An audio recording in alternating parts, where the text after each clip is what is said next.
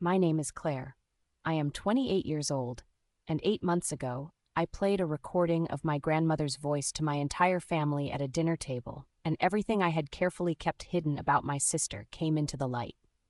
But before I tell you what happened, if you are new here, subscribe and hit the notification bell now. This story involves a will, a secret letter, and a choice that changed everything. You won't want to miss what comes next. Let me take you back to Portland, Oregon.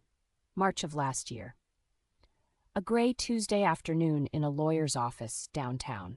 My grandmother, Eleanor, came to live with us when I was 22 years old. She had suffered a minor stroke, nothing catastrophic, the doctors said, but enough that she couldn't manage her cottage in Bend anymore. That cottage had been in our family for 34 years. It sat on 2 acres with old-growth pines around it, and a view of the Cascade Mountains that never got old, no matter how many times you looked at it. My older sister, Victoria, was already living in Seattle by that point, working in marketing at one of those firms with floor-to-ceiling windows and a foosball table in the break room. She had the corner office. She had the business cards with embossed lettering. She had the image thing perfected. I was still figuring myself out, working part-time at a dental clinic on Southeast Powell Boulevard while taking evening classes in social work at Portland State. I made $14.50 an hour. I had student loans. I had a studio apartment that I shared with a cat named Mabel, who was not actually mine, but who had appeared one winter and never left. When Eleanor moved in, nobody explicitly asked me to be her caregiver. It just happened. The way certain things in families just happen without conversations or formal arrangements. Victoria came home for Christmas and for her birthday in July. She would sweep into the house like someone arriving at a photo shoot. She took Eleanor out for brunch at the places with the good lighting.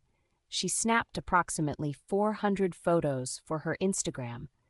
Eleanor holding a latte, Eleanor standing in front of a brick wall with exposed ivy, Eleanor with her arm around Victoria's waist, looking smaller and smaller in each frame. Then Victoria would get back in her car and drive back north, and the house would settle again. My parents lived about 40 minutes away in Gresham. They assumed I had things covered since I was the one already home, since I was the one not building a career in a city, since I was the one with a schedule that could bend. And honestly, I did not mind. I did not resent it or feel trapped by it. Eleanor was wonderful. She was 79 when she moved in, with white hair that she wore in a braid down her back, and hands that shook a little when she was tired. She taught me to make her famous apple tart, the one with the brown sugar cinnamon filling and the lattice crust that took 45 minutes to get right. We watched old films together in the living room. Hitchcock, Audrey Hepburn. Sometimes she would fall asleep with her head on my shoulder, and I would not move because moving felt like breaking something sacred. She helped me through a terrible breakup. His name was Derek, and he was a paramedic, and he told me after 11 months together that he had never actually wanted a serious relationship. He had just gotten comfortable. Eleanor sat with me while I cried on the kitchen floor. She did not say, "I told you so," even though she absolutely had warned me about Derek 3 months in, when she had met him for exactly 40 minutes and somehow known exactly what he was. Over 6 years, 6 full years, Eleanor became less like a responsibility and more like my closest friend. She was the person I wanted to call first when something good happened. She was the person who knew me so completely that I did not need to perform or edit myself. With Eleanor, I could just be. She kept a leather handkerchief in her cardigan pocket, the one with the blue embroidered initial E in the corner. When I would cry, she would pull it out and hand it to me. Not say anything, just hand it over and wait. I still have that handkerchief. It is in a drawer in my bedroom, folded into a small square. When Eleanor passed away at 87, the doctors said it was her heart. Just her heart deciding it was done. I thought I was prepared. I had read the books about grief. I had talked to a therapist. I had said goodbye, or I thought I had. I was not prepared at all. The will reading happened on a gray Tuesday in March, almost exactly 1 year after Eleanor had moved in with us, though nobody was counting that particular anniversary. Mr.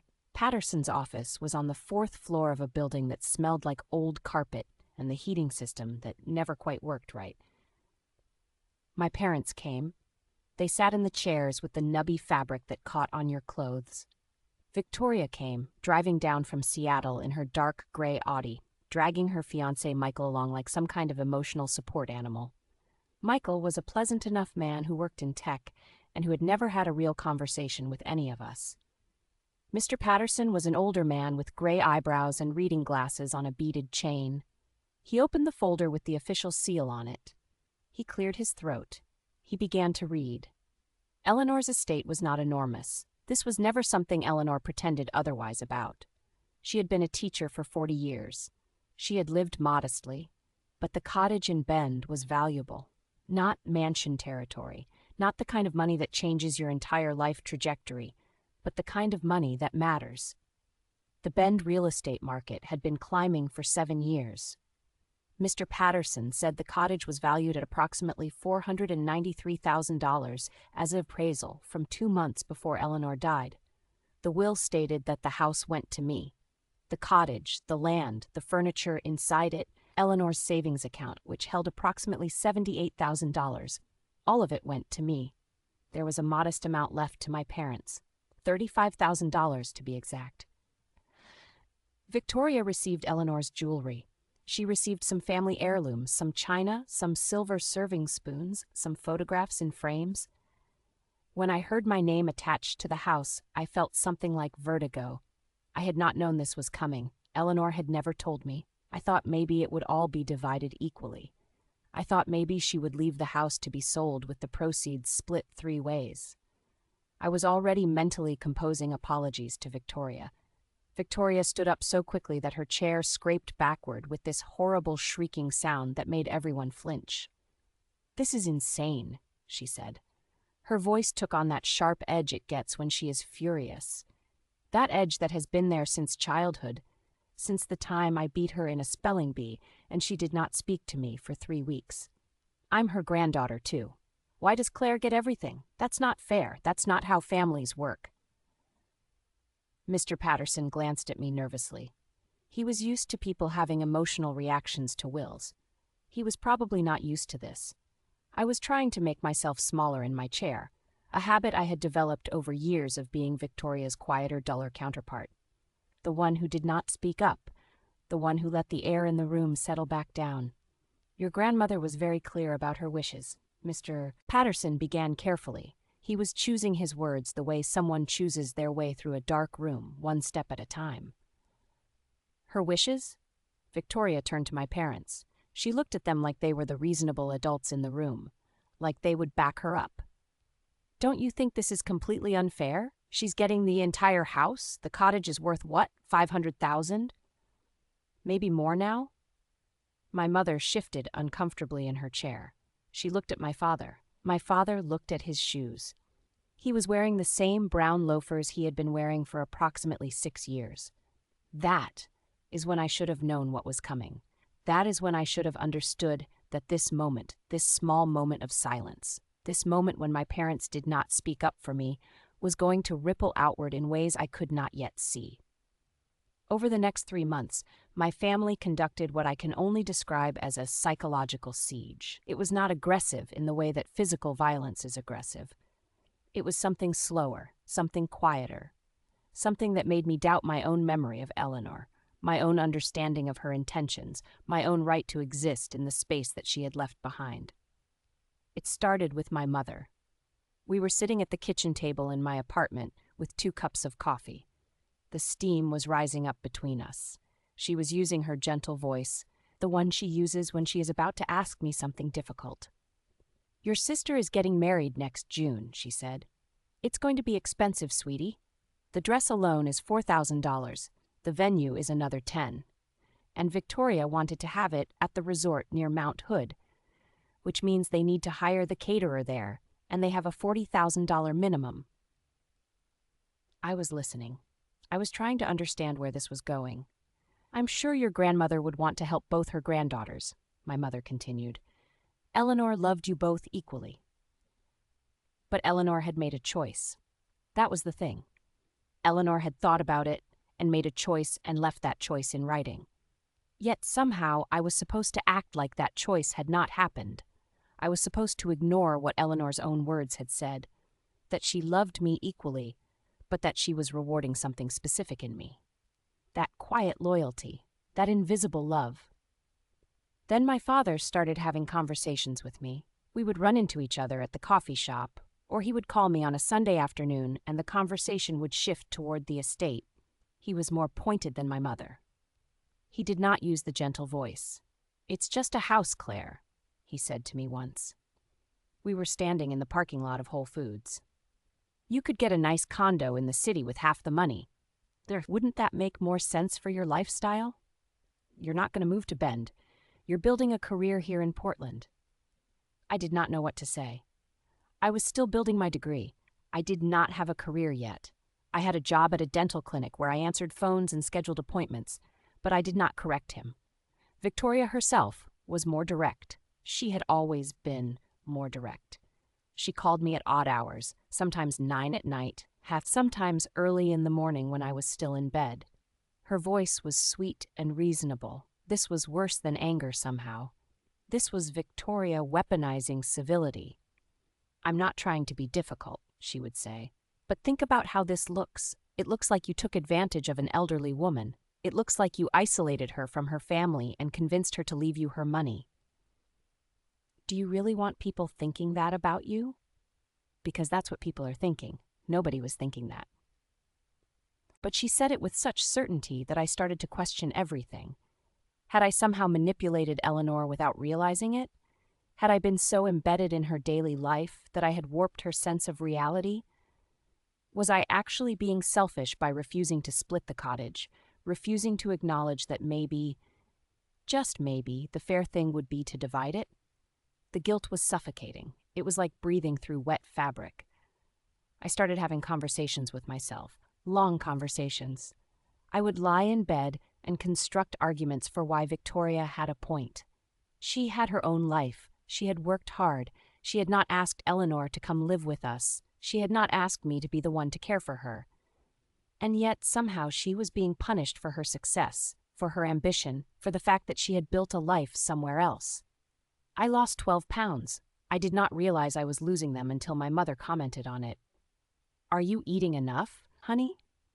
She said it like I had not been eating enough was a simple medical fact, not a symptom of the constant low-level panic that had taken up residence in my chest. My work suffered. I started making mistakes with the appointment scheduling. I told one patient that their cleaning was at 2 o'clock when it was actually at 2:30.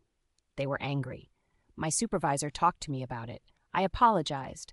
I said I was going through some family stuff. But then, about 4 months after the will reading, I found something. I was going through boxes of Eleanor's belongings, boxes that I had been avoiding, boxes that sat in the spare bedroom of my apartment, sealed with packing tape, containing all the parts of her I did not want to face yet. Her clothes, her books, her personal effects. Things that still smelled faintly like her perfume, Chanel No. 5, which she had worn since the 1970s. I was pulling things out methodically, deciding what to keep and what to donate when I found it. It was a sealed envelope with my name on it in Eleanor's handwriting. The letters were slightly shaky, the handwriting of someone who was already starting to fade, but unmistakably hers. Beneath it, in a small Ziploc bag, was a USB drive, the kind of thing that young people use for computer files. My hands were shaking as I opened the letter. It was dated 3 weeks before Eleanor died. The letter said, "My dearest Claire, if you're reading this, it means you've found the envelope I left in the bottom of my jewelry box. I'm writing this because I suspect, and I hope I'm wrong, that my decision regarding my home will cause some upset in our family. I wanted you to have the truth in my own words, not filtered through anyone else's emotions or needs. I left you my house because you earned it, not through some legal contract or obligation, but through your love, your time, and your presence. For 6 years, you were the one who sat with me at 2 in the morning when my arthritis kept me awake. You were the one who drove me to every doctor's appointment, who listened to me talk about my fears, who made me feel like I mattered when I felt invisible in my own aging. Victoria loves me, I'm sure of it, but her love is convenient. It exists on weekends and in photographs. I don't say this to hurt you both, but to be honest about what I observed. Your sister is building a beautiful life, and she should, but she wasn't building it here with me. I've also recorded some thoughts about this. I think it's important you hear my voice when you listen to them. Trust yourself, my dear girl. You've always been stronger than you believed. With endless love, Eleanor. I read the letter 3 times before I could move. Then I inserted the USB drive into my laptop, with hands that felt like they belonged to someone else. Eleanor's voice came through my laptop speaker at 2 o'clock in the morning. I was sitting on my bedroom floor with my back against the bed frame. The voice was a little thinner than I remembered it, but unmistakably hers. Unmistakably Eleanor. She talked for 7 minutes exactly. She talked about watching me grow up, always standing slightly in Victoria's shadow. She talked about the specific moments when she decided that I should have the house. Moments I had forgotten I had even shared with her. She said, I remember when you were 24 years old and you missed your best friend Sarah's wedding because I had a doctor's appointment in Portland that I was terrified to go to alone. You drove me and you held my hand in the waiting room, and you did not once make me feel guilty for keeping you from something you wanted to do. She talked about chemotherapy appointments. She said, I remember you missing work to drive me to chemotherapy.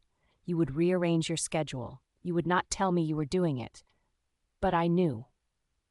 I always knew.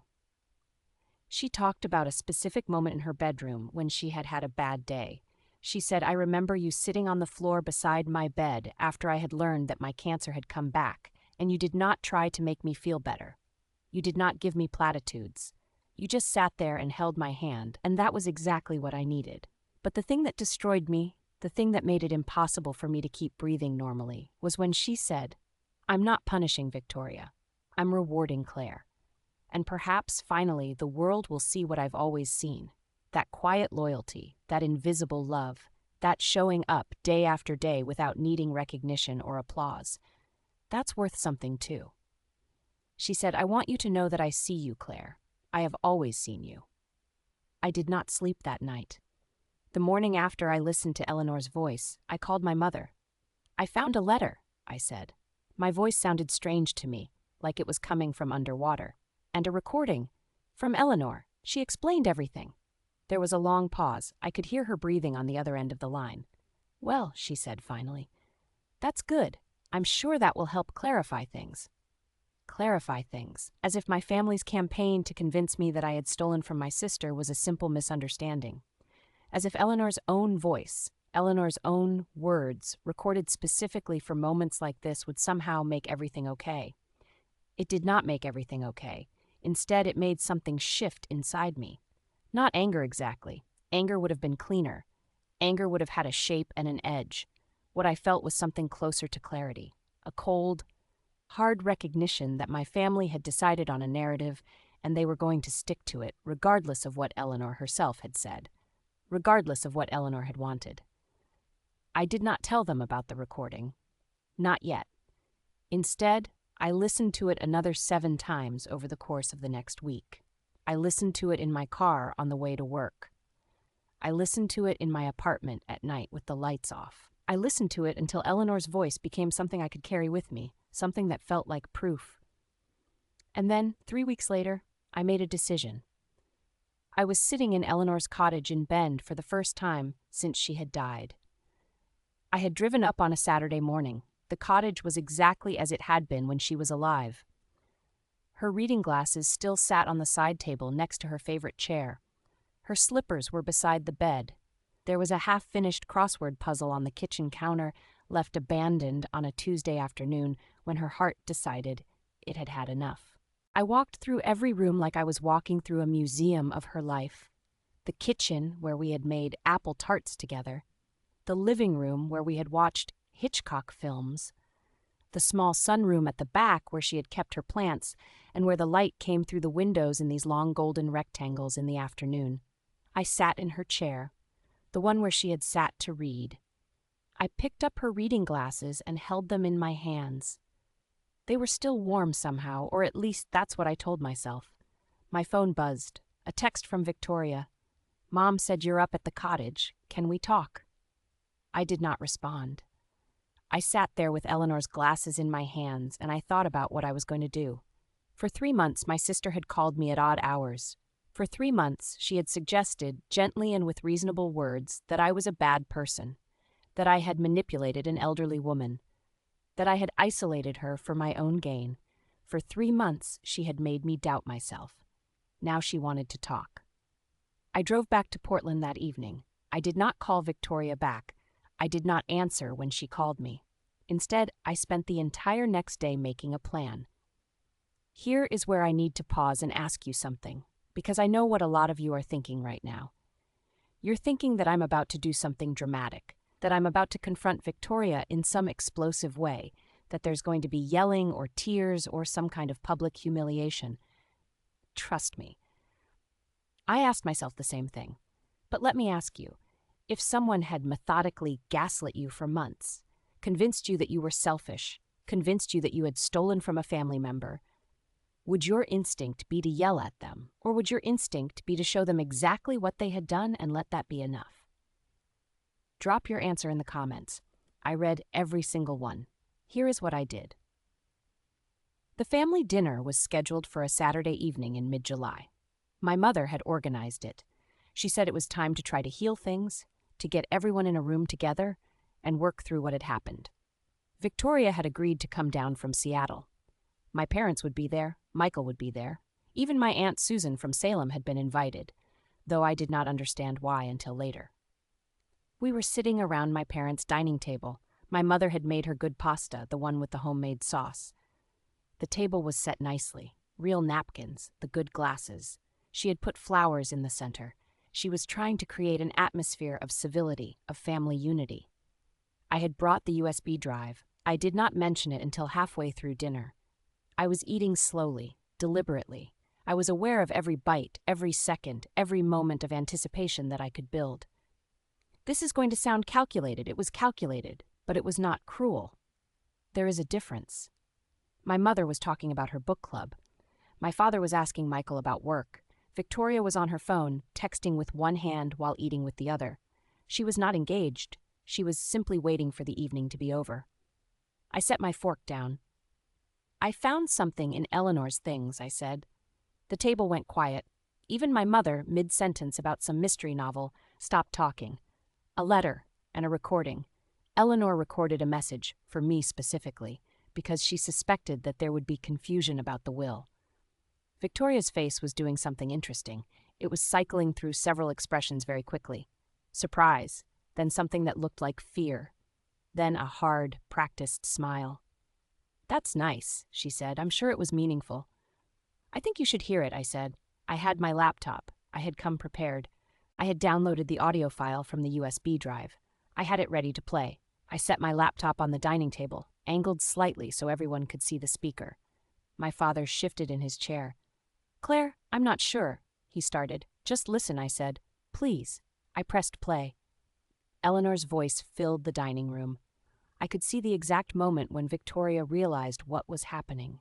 It was when Eleanor said the thing about the wedding. It was when Eleanor described the specific instance of me missing my best friend's wedding, when I had driven my grandmother to a doctor's appointment, that she was terrified to face alone. Victoria's jaw tightened. Her hand, the one holding her fork, went very still.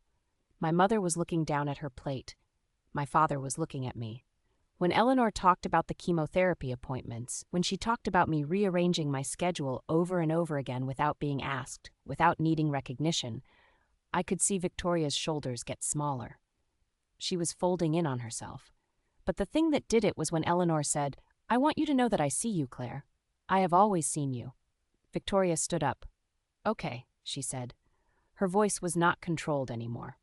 It had that sharp edge, that furious edge, but underneath it was something else. Something like desperation.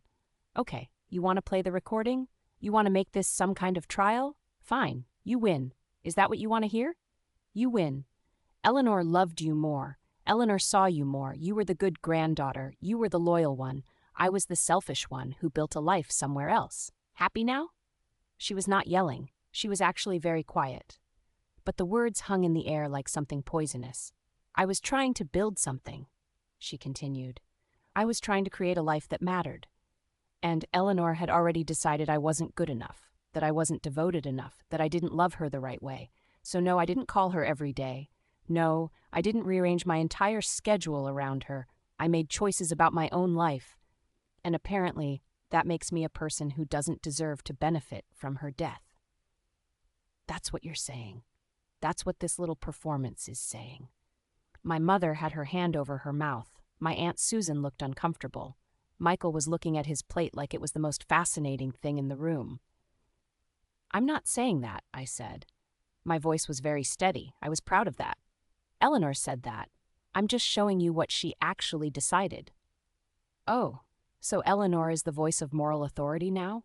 Eleanor, who was an elderly woman who was obviously biased toward whoever was spending the most time with her. Eleanor, who lived in a world where seeing someone every day and rearranging your life around them is somehow the metric for love? That's not love, Claire. That's dependency. That's codependency.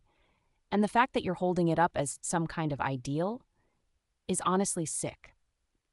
Now, I know what you're thinking. You're thinking that I'm going to react emotionally to this, that I'm going to cry or get angry, that there's going to be some kind of dramatic moment where I stand up and defend myself. But I was calm.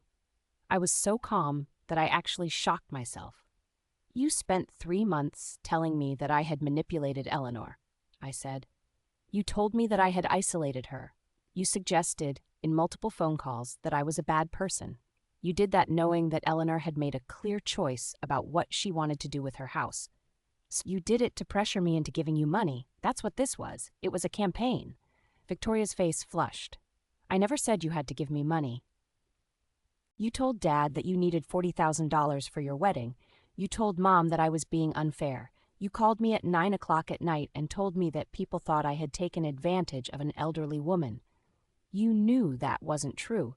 You knew Eleanor had left me the cottage on purpose, but you said it anyway. I was not yelling. I was simply stating facts. It was worse than yelling somehow. I did not manipulate you, I continued. I did not gaslight you. I did not try to convince you that something false was true, but you did all of those things to me for 3 months. Victoria sat back down. Her face was pale. My father was looking away from me now. He was not going to speak. He had never been going to speak. Even when I had found Eleanor's letter and recording, even when he could have validated me, he was going to remain silent. That was the kind of man he was, the kind of man who could see something wrong and choose not to name it. I'm going to keep the cottage, I said. I'm going to sell it when I'm ready, and I'm going to do what Eleanor wanted me to do with the money. She left me a list of charities she cared about. That's where it's going to go. Not to your wedding. Not to help you build the life you think you deserve. To the causes that Eleanor thought mattered. Victoria's eyes filled with tears, but I did not think they were real tears. I think they were the tears of someone who had been caught, the tears of someone who had tried to manipulate a situation and had failed. You're being cruel, she whispered. I'm being clear, I said. The dinner ended. People left. My mother walked everyone to the door. She hugged me in the foyer, and I could feel her trembling slightly. That was hard, she said. Yes, I said.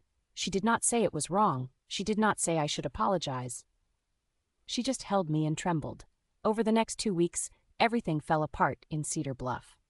That's what my Aunt Susan's town is called. Cedar Bluff. It's a small town, the kind of place where information travels faster than light. My cousin lives there. His best friend is Victoria's fiancé's brother. Word got around that Victoria had tried to pressure me into splitting Eleanor's estate. Word got around that she had spent months telling people I had manipulated our grandmother. Michael broke up with her 2 weeks later. The wedding was canceled. Victoria deleted most of her social media. I found out about all of this through my mother, who found out through my aunt, who found out through various sources. No one told me directly. It just filtered down like water through soil. A month later, Victoria called me. Her voice was different, smaller. She sounded like she was about to cry. I'm sorry, she said. I'm really sorry, Claire. I wasn't thinking clearly. I was hurt about the will, and instead of dealing with my hurt, I took it out on you. That wasn't fair. I know that now. This is where the villain's script gets revealed. This is where they go warm. This is where they try to repair the damage. I've been in therapy, she continued, since the engagement ended, and I've realized that I've been controlling and manipulative my whole life. I've been competing with you since we were kids, and I never even realized I was doing it. I'm sorry, Claire. I genuinely am. Can we talk about fixing this? I did not hang up on her. I did not yell. But I also did not give her what she wanted. I'm glad you're in therapy, I said. I think that's good, but I'm not ready to fix anything right now. This happened, and I need some time before I can process it. But I'm saying I'm sorry. I know, I said, and I accept that you're sorry. But sorry doesn't undo 3 months of you trying to convince me that I was a bad person. Sorry doesn't undo the fact that you knew Eleanor had made a choice, and you pressured me anyway. Sorry is a start, but it's not everything. There was a long silence. How long do you need? She asked. I don't know yet, I said. I hung up. The next day my father called me. He wanted to meet me for coffee. We went to the place near his office, the one with the old wood furniture and the good pastries. He ordered an Americano. I ordered a latte. For the first few minutes we did not talk about anything important. He asked me about work. I asked him about a project he was working on in the garage. Normal father-daughter conversation. The kind of thing that fills the space so you do not have to say the things that matter. Finally, he said, I should have backed you up at that while reading.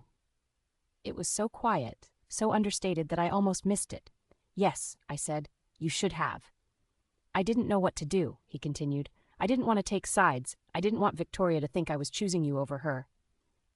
But you did choose, I said. You chose to stay silent. And silence is a choice too. He nodded. He looked at his coffee like it was the most important thing in the world. I'm sorry, he said. I know that probably doesn't matter much at this point. It matters, I said, but it also doesn't erase what happened. He nodded again. We sat there for a while without talking. Just two people who loved each other but who had failed each other in a moment that counted. I reached into my bag and pulled out Eleanor's handkerchief, the one with the blue embroidered E. I had brought it with me because I had started carrying it everywhere, like it was an anchor. It was like it was Eleanor telling me that she saw me even when I was sitting across from my father who had not seen me at all. I laid it on the table between us. Eleanor wrote me a letter, I said, before she died, and she said something in it that I want to tell you. She said, I'm not punishing Victoria, I'm rewarding Claire. My father looked at the handkerchief. I think, I continued, that you need to understand the difference between those two things, because one of them is about fairness and the other is about love, and they're not the same. He reached out and touched the handkerchief, just barely, like he was touching something sacred. You're right, he said. You're right about all of it. Nothing changed immediately after that. My father and I did not become close overnight. Victoria and I did not reconcile. The family did not heal in some neat, tied-up way that would have made for a better story. But what did change was this. I stopped waiting for permission to be okay with what had happened. I stopped needing my family to validate that Eleanor's choice had been fair, or right, or something I deserved. I had Eleanor's voice on a recording. I had Eleanor's letter in her own handwriting. I had Eleanor's legacy written down in her own words. That was enough. 4 months after the dinner, I sold the cottage. The real estate market in Bend was at its peak. I got $498,000, just as Eleanor had predicted. I spent the next 6 months researching the charities she had cared about. The women's shelter, where she had volunteered for 15 years. The education nonprofit that gave scholarships to kids in rural Oregon. The hospice that had taken care of her when she was dying.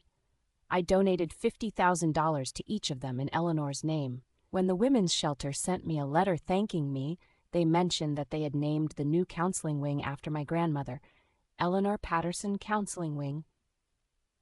I wept when I read that. I wept in a way that I had not wept since she had died. Not sad tears, proud tears. The kind of tears that come when you have finally understood that a person's life mattered, and that their choices matter, and that the way you spend your time matters. I kept $40,000. I used it to finish my degree in social work. I used it to move to a nicer apartment. I used it to give myself the gift that Eleanor had given me, which was freedom, and I never felt guilty about any of it. Now, I want to ask you something. Maybe you are the one who was silenced when you should have been heard. Maybe you are the one who had to watch a parent choose nothing rather than choose you. Maybe you are the one who was gaslit by someone who was supposed to love you, and you're still wondering if maybe, just maybe, they were right. If maybe you really were selfish. If maybe you really did deserve it. Here is what I know for certain. Guilt is a tool. It's something that people use to manipulate us, and there are times when the only way to break free from that tool is to stop accepting it, to stop turning it over in your hands like you're trying to understand how it works, to simply set it down. Eleanor did not build guilt into her will. She built love into it. And love, real love, is not supposed to come with the requirement that you destroy yourself to prove it. The last time I went to the cottage, before I sold it, I sat in Eleanor's chair one more time. I had the handkerchief with me. I held it the way she had taught me to hold it, like something precious, like something that would not come back if I was not careful. And I said out loud to the empty room, "I see you too, Eleanor. I finally see what you were trying to do." The house did not answer. Houses do not answer. But I could have sworn I felt something shift in the light coming through the windows. Maybe you are the one who needs to know that your love was not invisible, that your loyalty was not wasted, that showing up day after day without needing applause is not something that the world will ever fully reward, but it is something that the people who matter will always, always see, and maybe that has to be enough.